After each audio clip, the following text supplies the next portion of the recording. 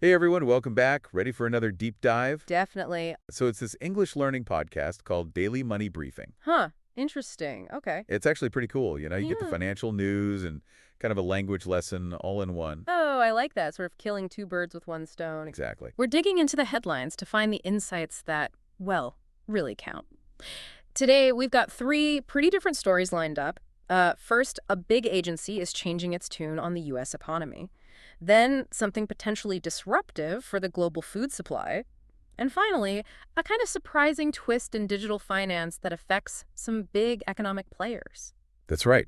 We're looking at a report on U.S. credit ratings, then some news about avian flu out of Brazil, and also some data on who's holding U.S. Treasury bonds. The mission today: connect these threads, see what the bigger picture looks like. Okay, let's jump right in with the U.S. economy. Moody's. They've shifted their outlook on U.S. credit, so important point. This isn't like a full credit rating downgrade, more like a warning light. Exactly. It's a change in their expectation for the future. And the why is pretty interesting here. Moody's is pointing pretty directly, actually, at the rising national debt. And also these fiscal deficits they call unsustainable. The government spending more than it brings in. Right, and they seem critical of Washington, like past and present administrations. Yeah, they specifically mention a lack of agreement on actually getting those deficits down. They're basically saying there's not enough political consensus. And they also seem pretty doubtful that the current ideas on the table for fiscal reform will really change the spending levels or deficits significantly. Okay, so skepticism about fixes. What does a negative outlook actually mean in practical terms? For markets. Well, it can definitely inject some nervousness into the markets. You might see more volatility. Investors could become a bit more hesitant about holding U.S. assets. There's even talk, or maybe fear, of a sell America trend starting, where investors slowly back away, which, down the line, could make it more expensive for the U.S. government to borrow money. Right. Okay, shifting gears quite a bit now. Let's talk chicken. Brazil, which is the world's biggest chicken exporter, has reported cases of avian flu, HPAI. And South Korea responded almost immediately. Very swift reaction. They've put a ban on chicken and egg imports from Brazil for anything shipped on or after May 15th. Plus, they're doing extra checks, inspecting poultry products that arrived within 14 days before that ban kicked in. Wow, okay. So does this mean we should worry about, like, a chicken shock in South Korea? Prices going way up? Probably not a huge shock across the board. The context here is that South Korea produces about 80% of its own poultry. They have a high self-sufficiency rate, so the overall supply impact might be limited. But you might see prices increase for certain things, maybe specific processed chicken items that rely more heavily on those Brazilian imports. Okay, so some specific impacts possible, but maybe not a crisis. Got it. Now for the story that really made me look twice, stablecoins and U.S. debt. Ah, yes, this one is fascinating. Get Yeah. this.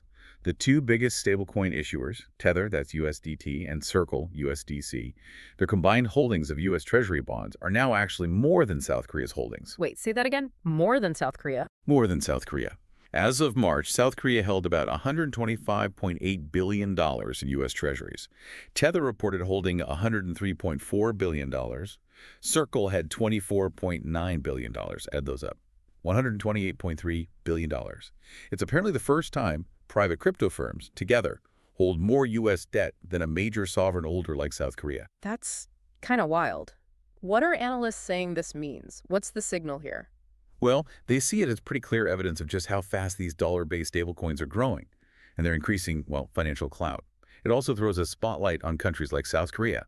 The implication is that they need to get moving urgently on creating legal frameworks for their own local currency stablecoins. Ah, so it's a push factor for central banks or governments to develop their own digital currency strategies because private players are moving so fast. Precisely.